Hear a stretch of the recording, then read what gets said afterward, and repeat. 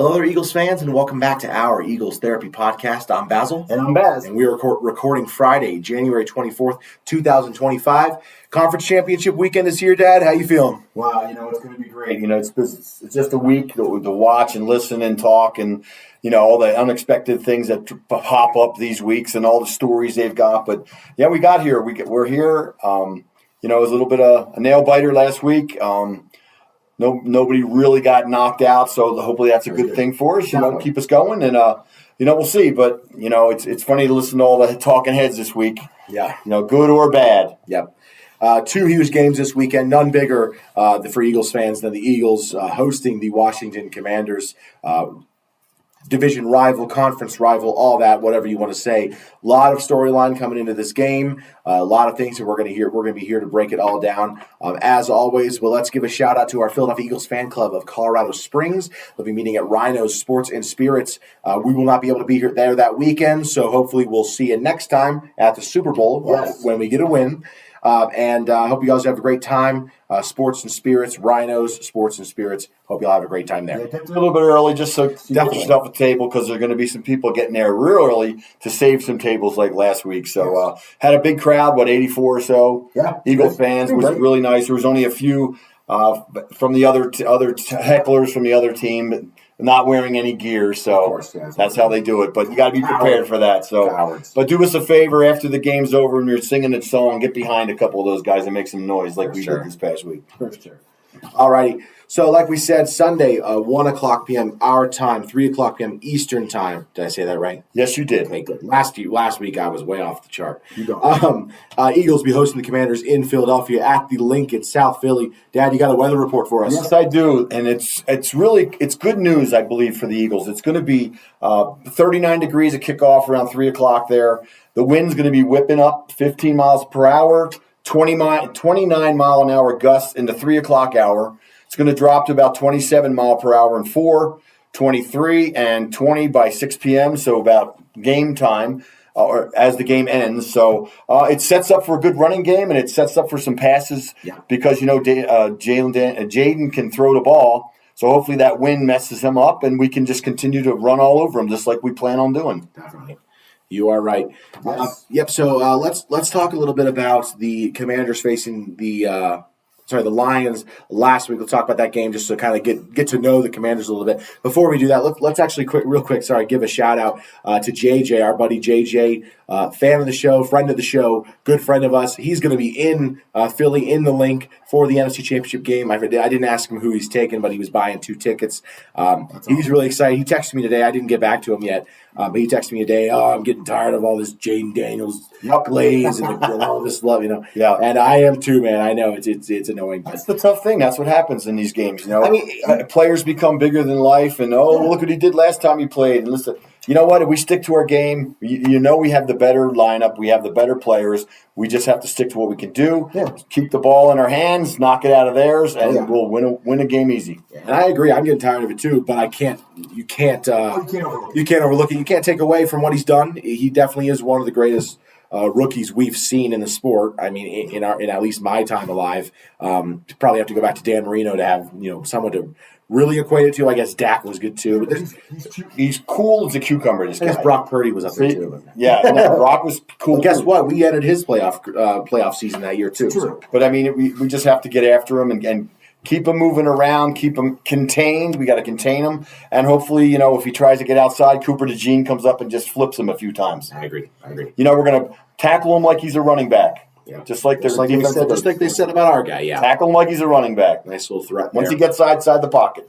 Let's talk about the Commanders versus the Lions. So last week, the Commanders, they destroyed the Lions 45-31. I was dead wrong about that game. You were 100% right. You gave them a 46% chance of winning. So I guess you weren't 100% right. No. You were 46% right. I should have went on the other side of that 50 swing. But, I just had a feeling. And, I just had a feeling that, I'd seen Detroit just roll everybody, but I figured once they got into a game, and now turnovers are killers, you cannot turn the ball over. And after that first or second interception of Goff threw, I had a feeling that they're not going to recover from that. That was the story of the game. Early on, Detroit got a touchdown right away. Washington gets a field goal, and then after that, it's kind of back and forth.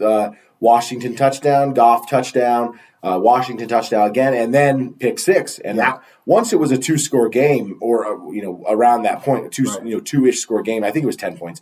It was like, oh no, like this isn't just going to be back and forth. This is starting to get dominating. Yeah. I mean, the second quarter, Washington scored 28 points last week against the Lions. 28 points. I mean, that's insane. They scored 28 points and hold the other team to only scoring 31.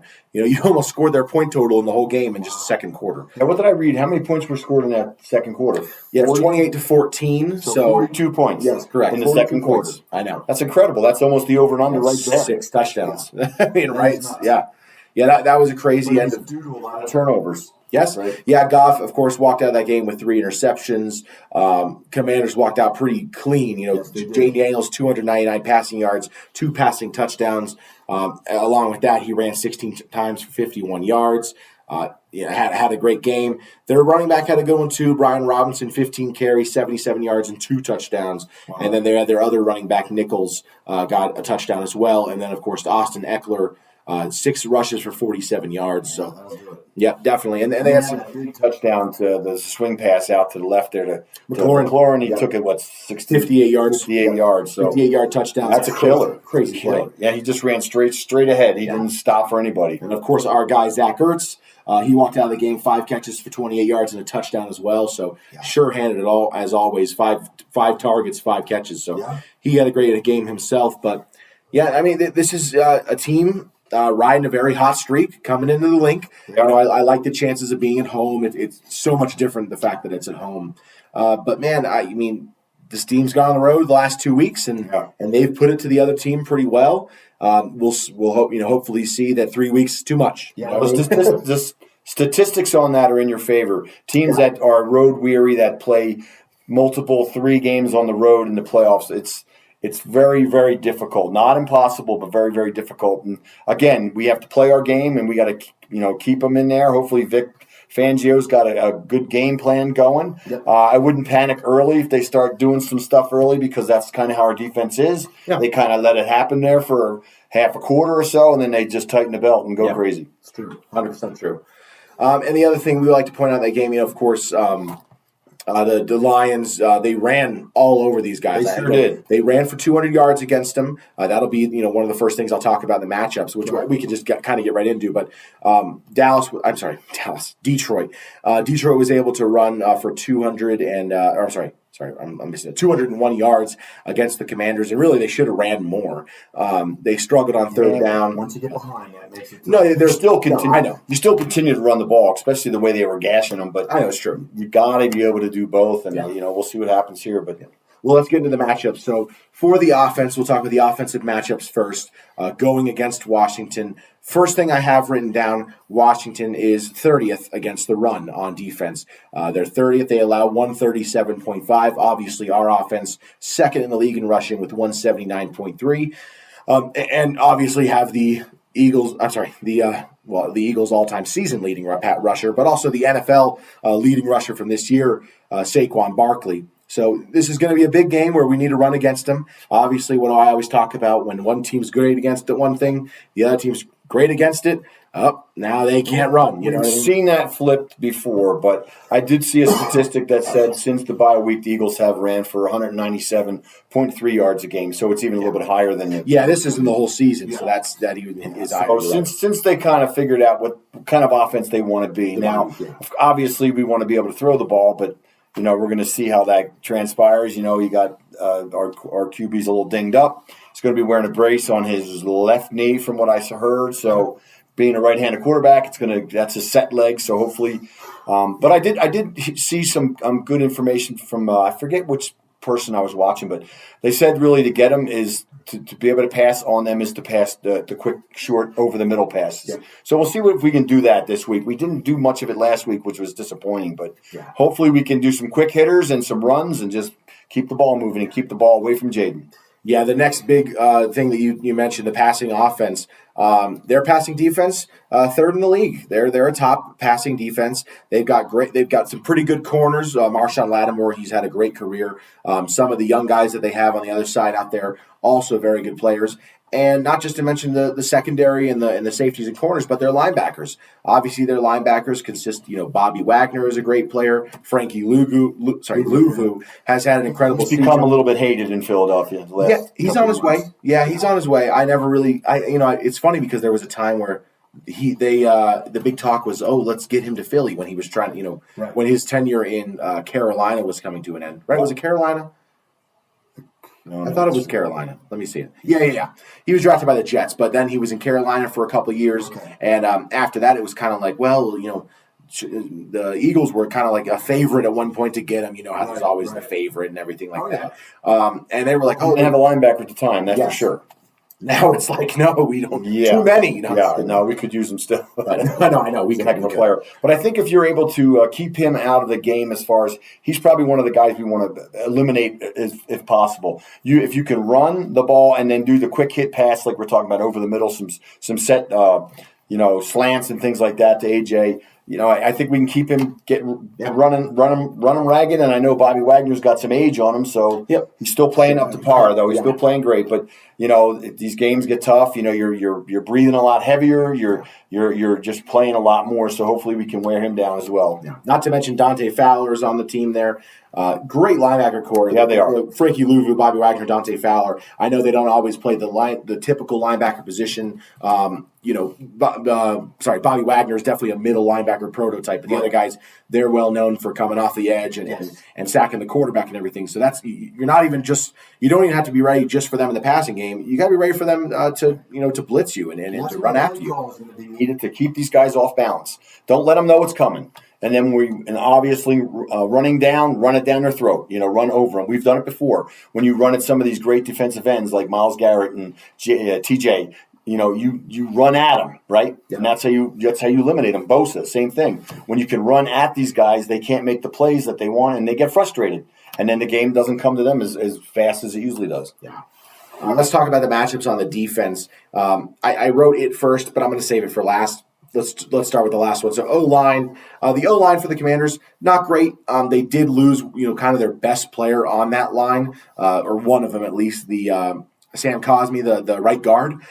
So the good news of this game is going to be the fact that, Jalen Carter's going to be lining up over a backup. And that he'll still be doubled, he'll still be tripled at times, but it still gives that chance for Milton Williams, who's been great all year when Carter's getting doubled, and Davis and Ojomo and any guy who's lined up on the inside, they're going to have to take that step and really have to take a big load in this game because Carter's going to probably be double teamed. Yeah, we're going to need the backup. Going to need that push in the middle of the line, but we're also going to need our defensive ends to contain. They can't just go crazy. They can't go over pursuit. That's where Josh Sweat's got to just listen to what Vic says and don't over pursuit, because how many times have we seen him bust inside, get blocked from the edge, and that whole side is open. Yeah. He's got to box his end, just like Smith and hopefully Nolan Smith and JC can do what they've been doing the last few games. Is they got these silent little signals they make for each other, say, I can see the offensive line sliding to the right, so I'm going to bust into the left side. You loop around me or I loop around you, and that's how they do it. And I was listening to a couple of shows, they were talking about these guys.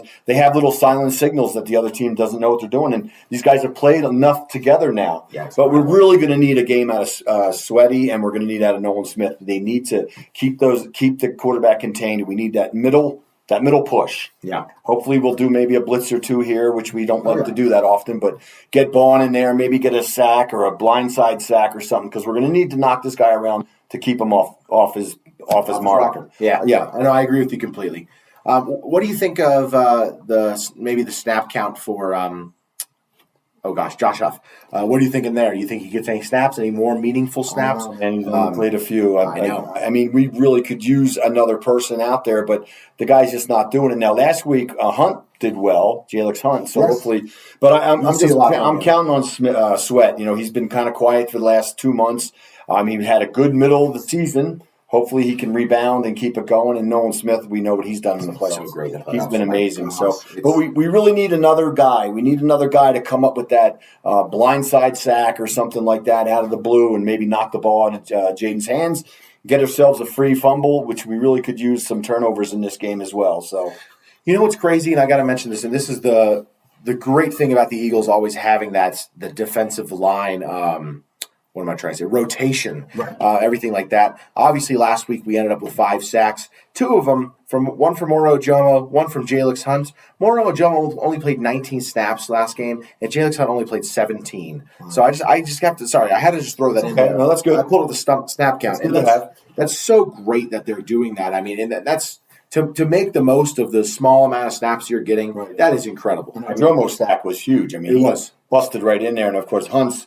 And anytime he gets one, being a rookie, you just get excited. You're playing with house money there, and he's had a few this year. And he's even that stand up. You can see him on the outside there. He kind of takes over for Sweat when they're kind of going in and out. Yeah. So hopefully together they can get it going. Sorry, Ojomo's sack was my under the nest last week, so he made the pod. That's right. No, you got to shout. No, definitely that. It's going to be great, and it's going to be big to see those guys, have the chance to do that, and it's great to see them make the most of what they can do. I also wanted to pull up real quick. Sorry, I was pulling up some other defensive snaps. So I don't think Huff had a single one. Yeah, am I correct? I think you're correct. I don't see his name in the snap. The week before we had one, like late in the game, maybe the last play of the game. Yeah, in the Packer game, not in the Rams game.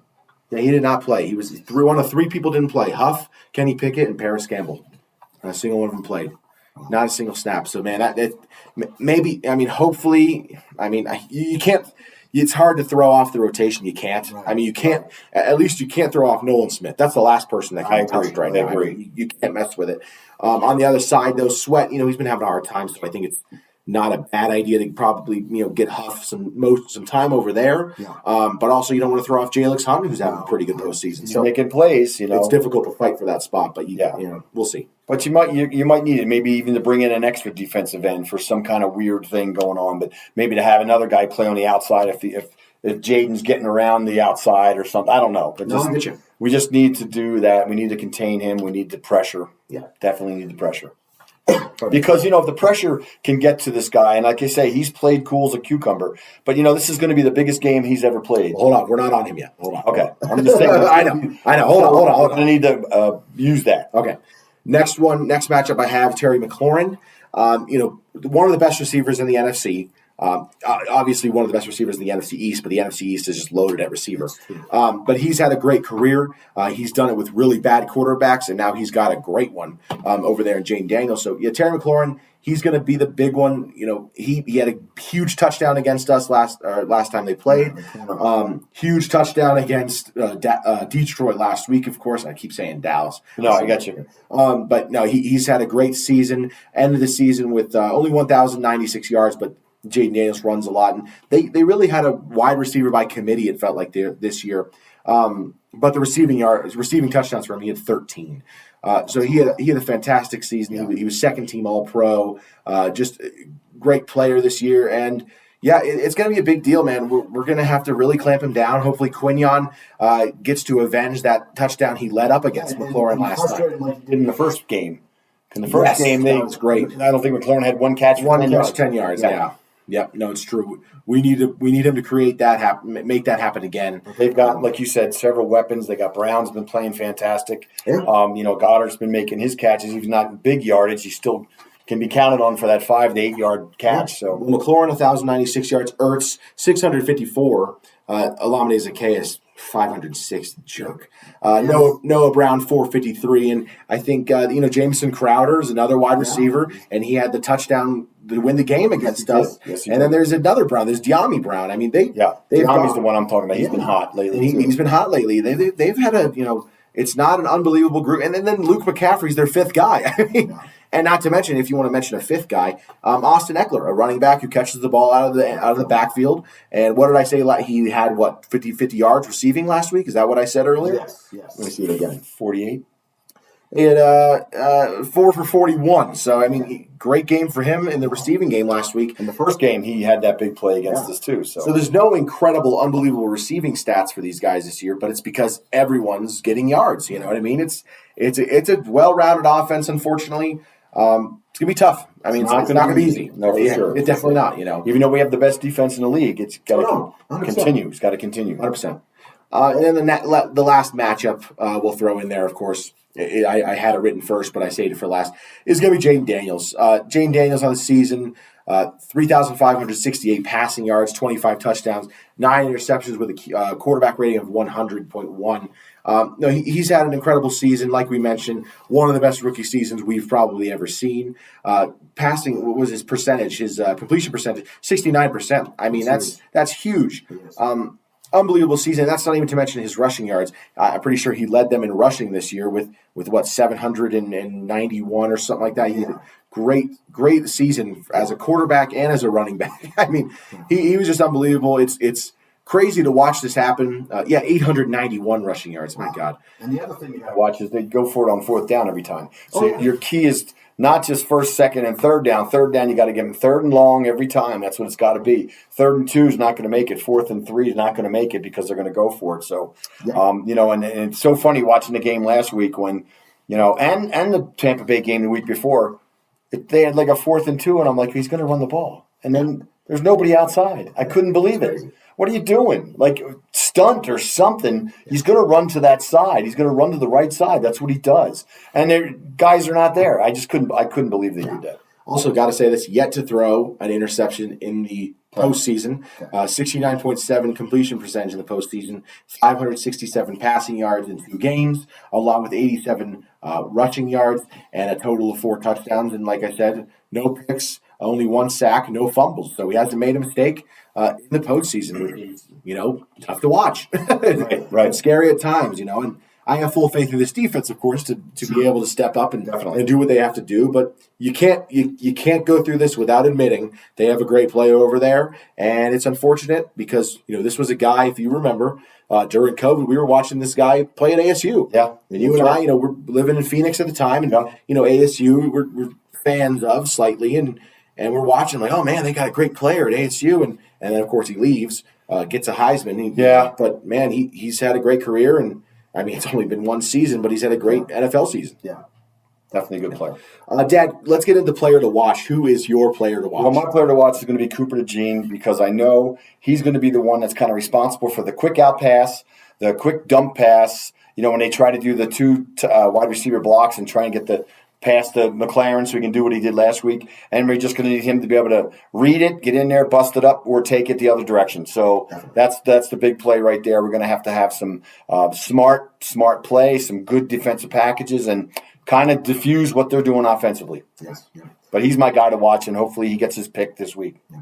My player to watch, I don't like to go with easy ones. I don't like to go with stars as much as, players under the radar. But I got to do it. I got to say A.J. Brown. A.J. Brown, unfortunately in his career with us, with the Eagles, pretty poor postseason performances. Now, of course, we remember the biggest one. He came up in the biggest moment in the Super Bowl. Had a great season. Good game. Had a great game. But in total, he's only has 91.8. What is this? No, this isn't receiving yards per game. That's his regular season. Give me the playoff ones. Come on. But no, he hasn't had an incredible career in the postseason with us, aside from the Super Bowl. And this postseason he only has 3 catches for 20-some yards. 34 yards? Is it 24? I think it's 24. See, that's just unbelievable. And I know that the knee injury has been there. It's been active, and that's kind of what affected him. And the snow doesn't help. So the snow game, you kind of try to give people a pass. He did have 2 drops last week. A couple thrown in his knees. So there were some bad throws, but there was that one down the sideline that.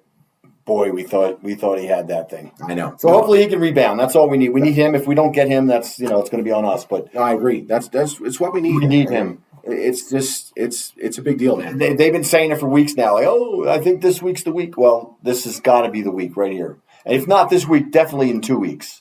No, okay, but let's take it this week and just get there. Agreed. Dad, let's real quick. I didn't write this down as a matchup or as a player to watch. We do have to talk about it. We got to talk about him all the time. Let's talk about Jalen Hurts. What do you see going in this game? What are you looking for? What are you worried about?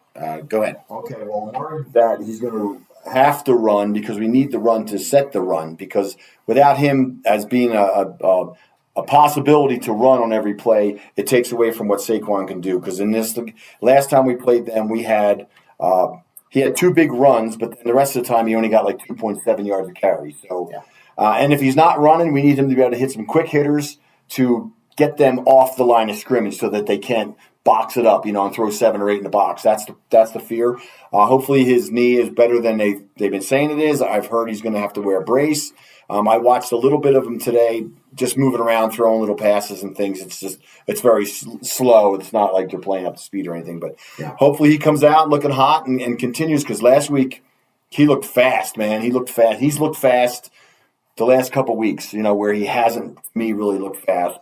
But, ever since the concussion there, he hasn't really been throwing the ball that fantastic. So yes, we're going to need it. We're going to need him to be the guy, so you and I get shut up by him, and he goes out and has the game of his life and just turns, looks at us, and gives us a little snub of his nose. Because I'd love nothing more. We've been hard on him. It's funny, a lot of the people, I was watching and reading a lot of things on Facebook, and, I'm going to unjoin that Facebook group because of, they're busting on my quarterback. And, hey, if we can't criticize the guy when he doesn't play well, we shouldn't be allowed to laud him when he plays great, okay? So when he plays great, I'll tell you he plays great. When he's not playing up to what we need, I'm going to say it. Unfortunately, that's the fan I am, and I can't hold it in. I agree. And I know you're the same way. You're worse than I am. I know I am. I'm the worst. I'm the biggest Jalen Hurts hater. No, I'm just kidding. I'm not. I'm not a hater. I'm not a hater. I do like this guy. And you're critical. I've said it before. I don't think he's a bad quarterback. I think he's really good.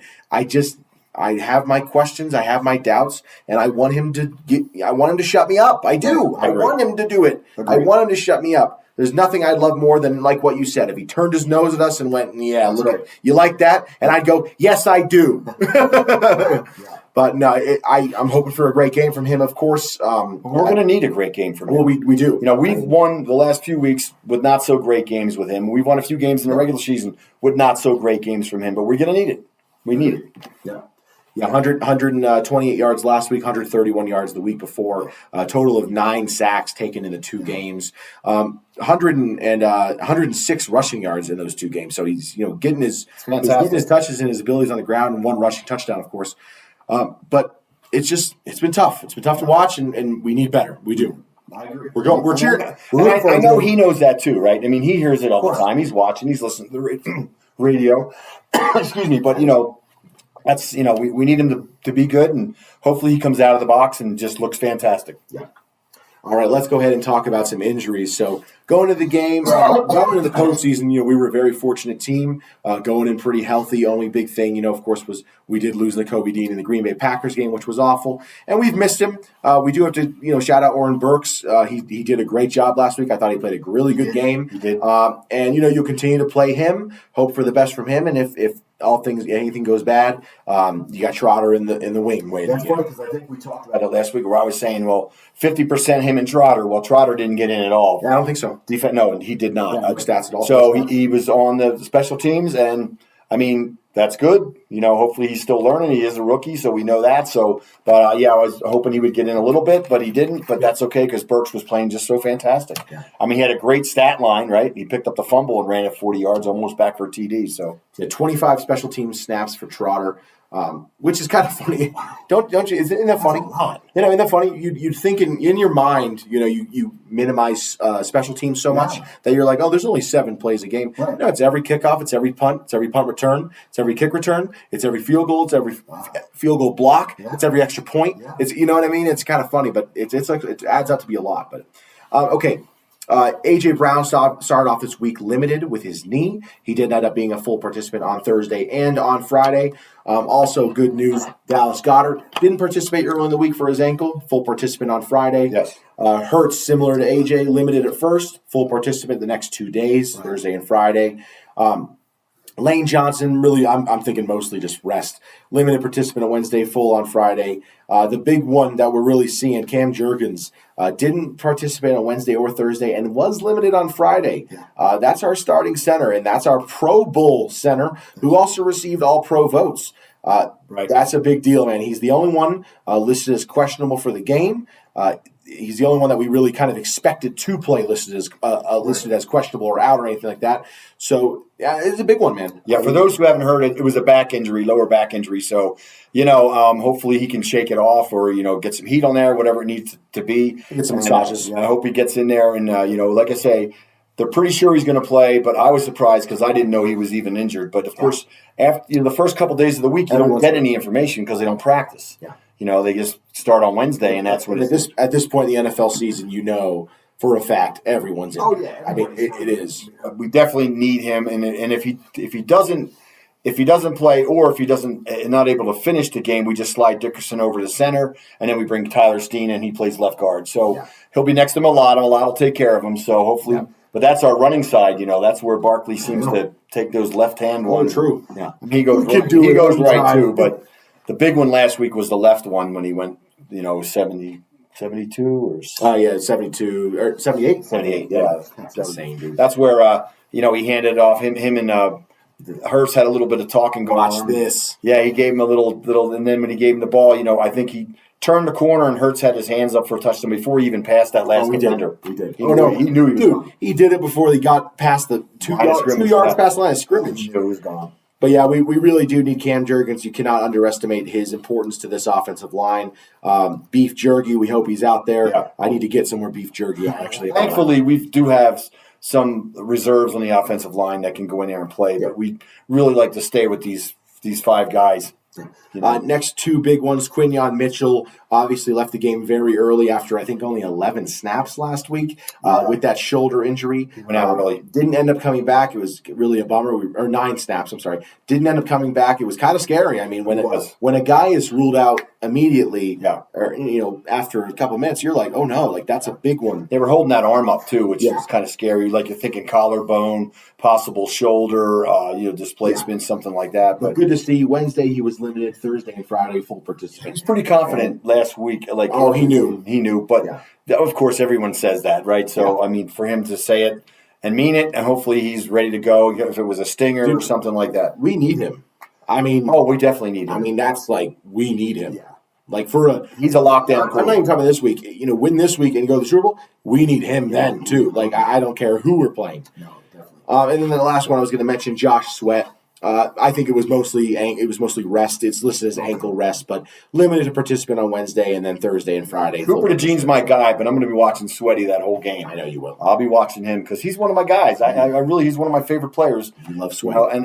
I think like Steve said, it's that sack dance that's the favorite sack dance. I don't want to say it's the best sack dance ever, but it's the most perfect sack dance for a guy named Sweat to wipe sweat from his brow. I mean, it's just perfect. That's just perfect. Steve came up to us and talked to us about it. And I want to shout out to Mike Roman, too. He was another one. He was on there commenting a lot. And my sister Margie got in there and sent some comments. So did Mary. So it's always nice to have the comments come in. JJ, of course. Yes. It's always lovely to hear from him. So, it was a good week. Rich always doing the same thing. Rich Jameson, my buddy, he's always commenting, throwing out little comments. Keep it up, guys. We enjoy it. Yeah. I can't believe JJ gets to go to the NFC Championship. Yeah, that's awesome. Unbelievable. Yeah, I don't think it's awesome. Pisses me. No, it's awesome. I'm just kidding. That's awesome. No, it's great, dude. That's so awesome. I can't imagine. I don't think he'll be able to yell any louder than we'll be able to yell, but he'll be there enjoying himself. That's for sure. He definitely will. Take this time real quick just to remind you guys to like and subscribe, comment down below if you're watching on YouTube, and if you're listening on Spotify or any place you listen to your podcast, please don't forget to rate and subscribe wherever you are listening on. I'm trying to pull up the comments from last week, see if we can kind of go over those a little bit, Dad. Maybe shout out some people like you just did. Yeah, sorry. No. Read their comment. No, you reminded me. Thank you for doing that. Yeah. Let's see. We got 7 comments on the last video. One of them from you. How is Saquon not the MVP? Hey, man. He's not a quarterback. I don't care. So Mike Roman said, I'm wanting a blowout or a big cushion. However, super happy to be moving to the NFC Championship. Defense played outstanding. Passing game will show up next week. Not worried about Hurts. He's a competitor and he'll rise up against Jayden Daniels. More worried about the kicker. You're right. We didn't mention him. True. Definitely worried.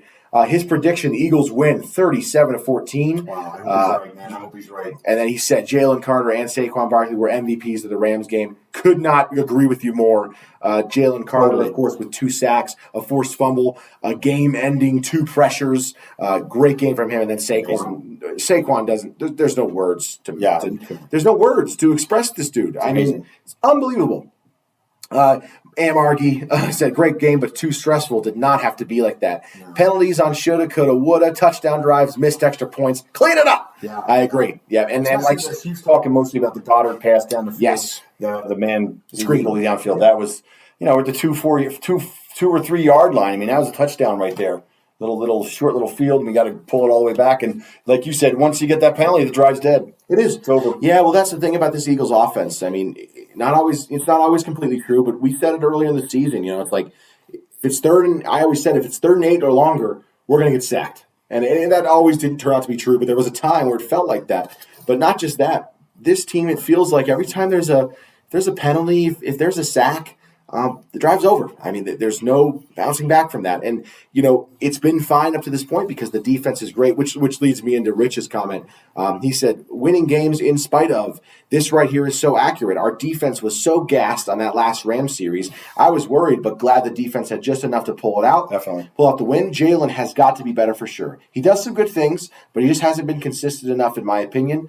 Going to be a little worried next week. Yeah, he was quoting one of my things. We're winning these games in spite of some of the games we're seeing out of Jalen. And we need him to be better. We don't need him to be a superstar. We don't need him to wear a cape. We don't need him to do anything like that. It's got to be efficient, continue to keep the ball in his hands, like control the ball, and, run all over him. Yeah.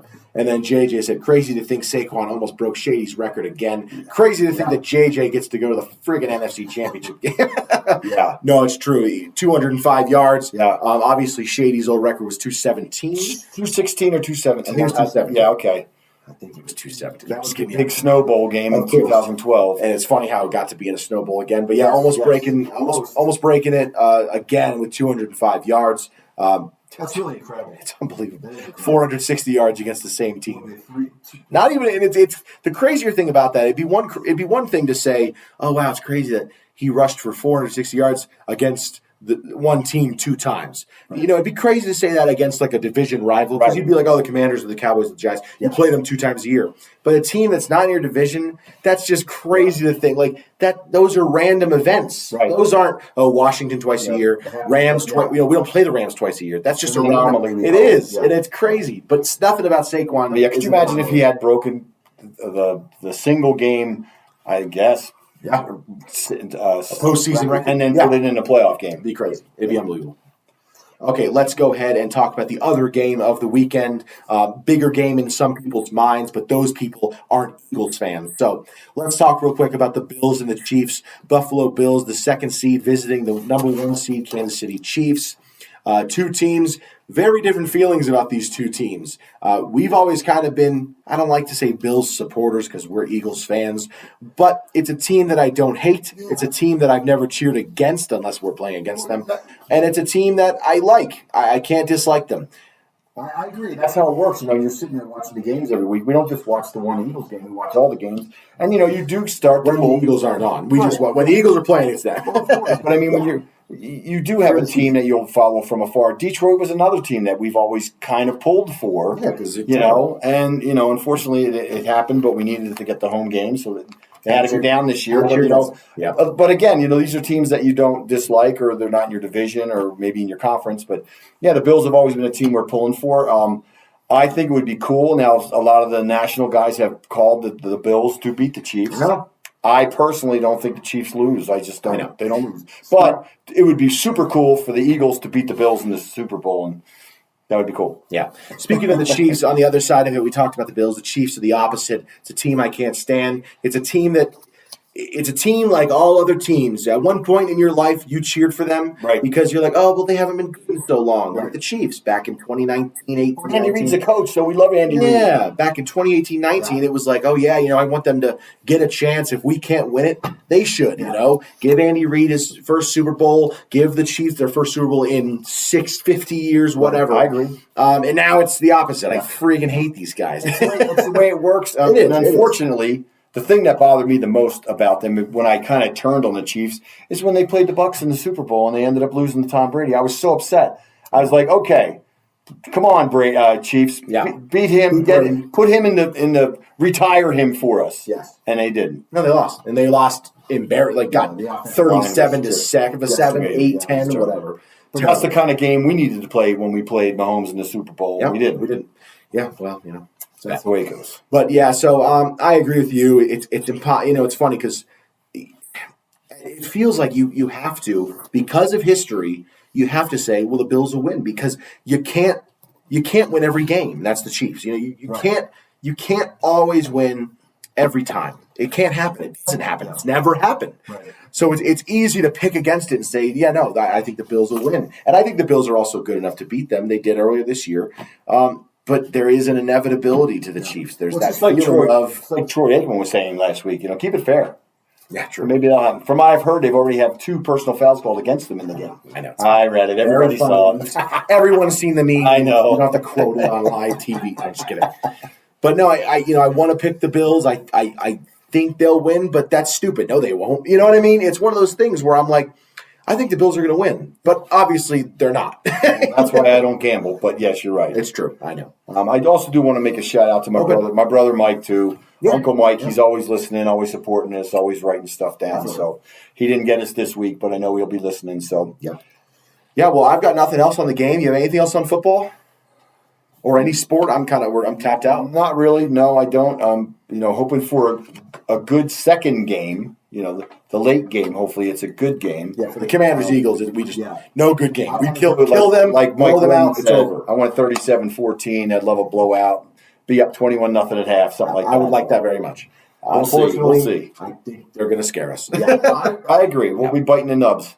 Let's say our goodbyes. You can follow us on Facebook, Instagram, or TikTok. If you like our Eagles Therapy podcast, do us a favor. Rate and subscribe wherever you get your podcasts. If you're watching on YouTube, again, please like and subscribe. Comment down below your predictions for the game. You can email us your questions at oureaglestherapy@gmail.com.